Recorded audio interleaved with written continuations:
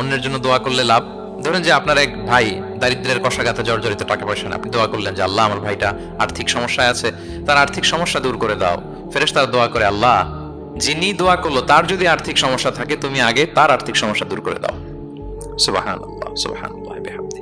তো এক লোক এই হাদিসের ফজিলত শুনে ইফতারির পূর্ব মুহূর্তে, যেহেতু দোয়া কবুল হয়, তার ওয়াইফ ইফতারি তৈরি করতেছে, এই হাদিসের ফজিলত শুনে এক লোক তার বন্ধুর জন্য দোয়া করতেছে যে আল্লাহ আমার বন্ধুটা তো এখনো বিয়ে হয় নাই, তুমি সুন্দরী রূপবতী একটা স্ত্রীর ব্যবস্থা করে দাও আল্লাহ আমার বন্ধুর।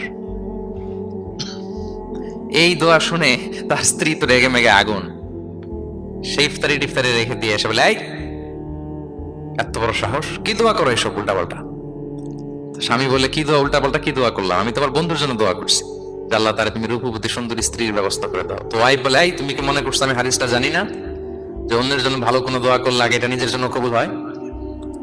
সুবহানাল্লাহ। দেখেন ইসলামের বিধান কত সুন্দর। আপনি অন্যের কল্যাণ কামনা করলে এই কল্যাণ ফিরে আপনার দিকে আসে আগে। সুবহানাল্লাহ। তো এই বেদুইনের এটা জানা ছিল না, সে এসে দোয়া করতেছে, আল্লাহুম্মা আরহামনি ওয়া মুহাম্মাদা ওয়া লা তারহাম মা'ানা আহাদা। আল্লাহ তুমি শুধু আমারে রহম করো আর মুহাম্মদ সাল্লাল্লাহু আলাইহি ওয়াসাল্লামের রহম করো, আমাদের দুজনের সাথে আর কাউরে রহম করো না।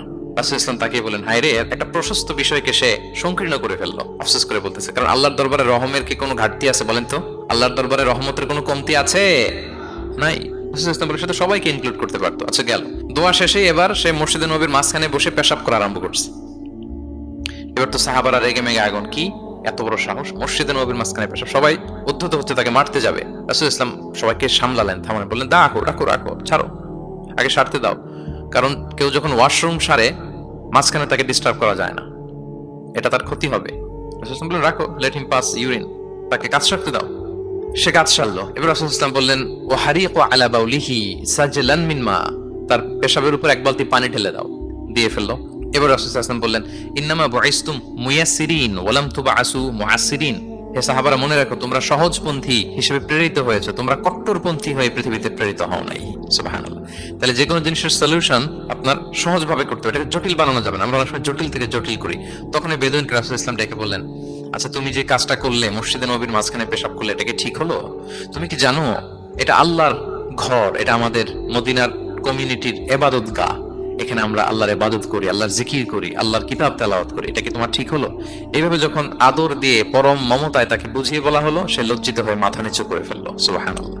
সে রাসূল সাল্লাল্লাহু আলাইহি ওয়াসাল্লামের কাছে ক্ষমা চাইল। আপনি কোমলতা, ভালোবাসা দিয়ে যা জয় করতে পারবেন, কঠোরতা দিয়ে সেটা পারা যায় না, খেয়াল রাখবেন। ভালোবাসা দিয়ে যেভাবে আপনি মানুষের হৃদয় জয় করতে পারবেন, কঠোরতা দিয়ে পারবেন না। এজন্য ইসলাম ফ্লেক্সিবিলিটিতে বিশ্বাস করে। ফ্লেক্সিবিলিটি, লা ইউকাল্লিফুল্লাহু নাফসান ইল্লা উসআহা। আল্লাহ সাধ্যের বাইরে কাউকে কখনো কিছু চাপিয়ে দেয় না। এজন্য ইসলামকে সহজ করে উপস্থাপন করতে বলেছেন তিনি।